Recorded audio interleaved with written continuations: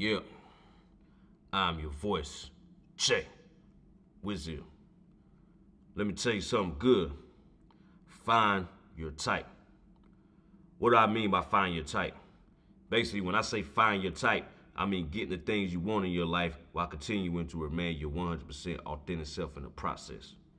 You don't have to force yourself to be and act in certain ways that are not your natural self in order to satisfy a person, a boss, or an image.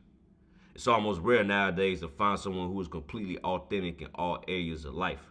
They are either in the job that they really don't want to be in, a relationship that's not bringing in any real value to their lives, or trying to fill a certain image that is not their true selves.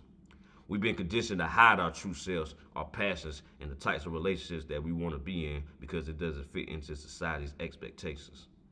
I believe the only way to be happy in this cold ass world is to find your type and live and die with your type. I'm gonna talk about the three main types that you should and need to find in this life if you have not already found them in order to be the best you that you can possibly be. Keep in mind that even though I speak about this stuff, I'm still working on this stuff myself.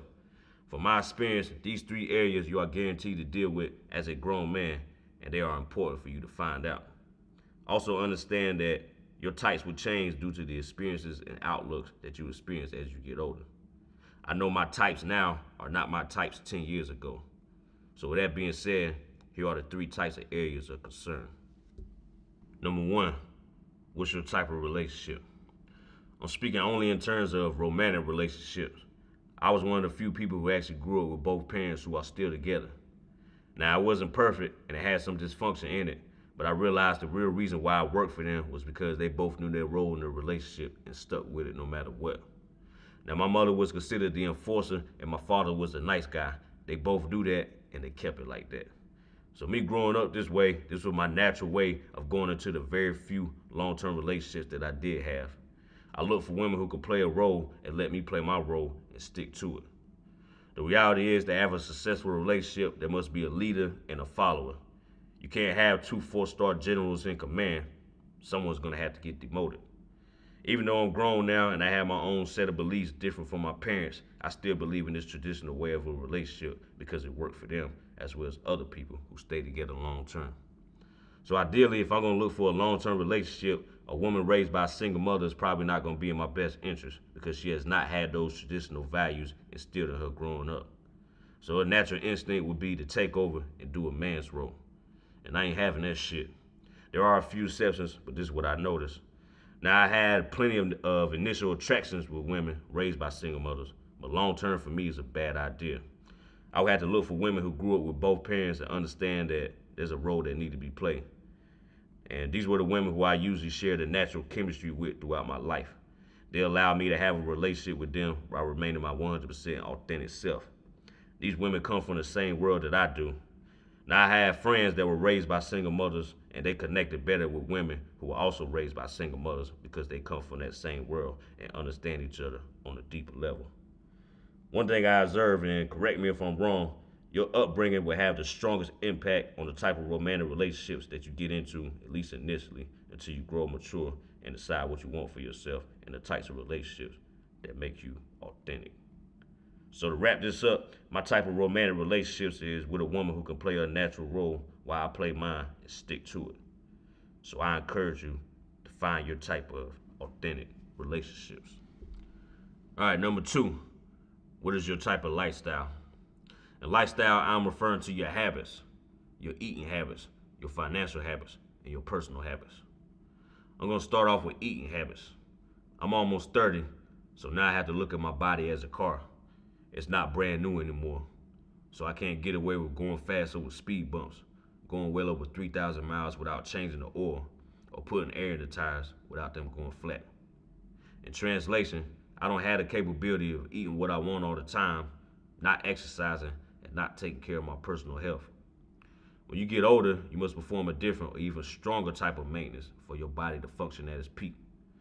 My goal for my health is to keep my levels of testosterone at a good level so I can maintain my manhood. More testosterone, more masculinity. I want to remain strong and full of energy. I researched and tested out what I need to do, which is the number one, increase more intense but shorter workouts. And number two, stay on the high fat, low carb, low sugar diet. I gave up eating processed foods, drinking soda and alcohol, eating candy and sweets, at least on a regular basis. So far, so good. It has started to produce the results of which I am seeking. So to stay on this high fat, low carb, low sugar diet is my type of eating habits to maintain my authentic lifestyle. Next, I'm going to discuss financial habits. There are a lot of things in society telling us how much money we should have, what kind of car to drive, how big of a house we should be living in, the type of clothes we need to wear, and the type of things we need to buy in order to make us happy. But only you can decide what type of lifestyle makes sense for you to live based on your past and how you want to live in your future. Me personally, yeah, I want to become wealthy and do all the things that I want to do before I check out. However, at this time, it is not required that lifestyle because I do not want to get too comfortable right now while I still have this energy. Because once I get in my 50s and 60s, then I will not have this same type of energy that I once had. This is the best time for me to go out here and make as much money as I can to get many things done as possible and to date as many women as I can. So as you can see, my authentic beliefs have determined my type of lifestyle. Some of you may have grew up poor, so since you felt this much pain of not having a lot of things, your type of lifestyle may you be living a luxury life earlier in life than in your 50s and 60s. I didn't grow up poor, but far from rich, so my type of beliefs are probably different from yours, as well as your eating habits and your personal habits. You must decide what your type is and what is not your type. Now I'm going to talk about personal habits. I used to smoke and drink a lot, but I don't do either because I need to take care of my body so I can go out and do the things that I want in this life. Smoking and drinking will slow down this process. I don't party or club anymore, only on certain occasions or on vacations. Now I like to exercise, listen to music and audiobooks, cook, read, and work on my craft because these are the things that I love to do to allow me to live authentically as possible. Like I said earlier, your types will change throughout your life because you want different things at different stages in life. So you should reevaluate what your type of eating, financial, and personal habits are and make sure that they are in line with your beliefs. All right, last but not least, number 3, what is your type of career? I'll say that most of us are not on a career path that represents our authentic selves because dreams don't pay the bills, right? Well, maybe not right now, but if you value the type of career that you actually want to do one day, then it can pay the bills and allow you to live freely.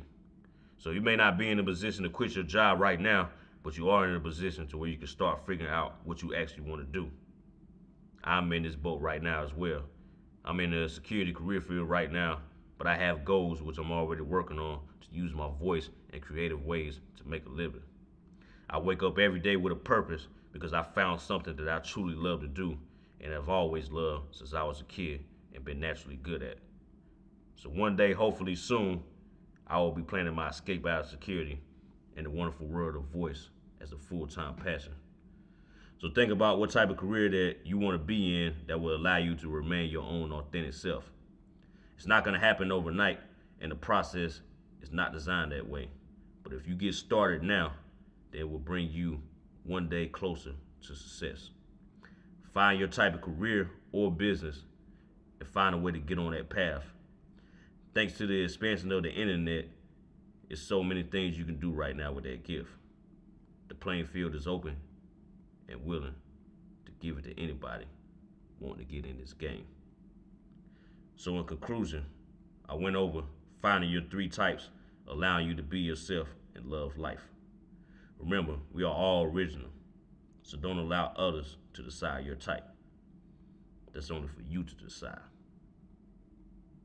Now you tell me, did you hear something good today? Alright, so this is the last video of the I'm Powerful Volume 2 series, the speaking sessions. I appreciate you guys for listening and I hope you got value out of these videos. You can always go back and refer to these videos by going to J Wizziel's Voices, go to my YouTube channel and look at my past videos. Appreciate y'all listening, man, and I will see y'all in the next mixtape and speaking sessions. The light-skinned bear white. It's your boy J Wizziel, and I'm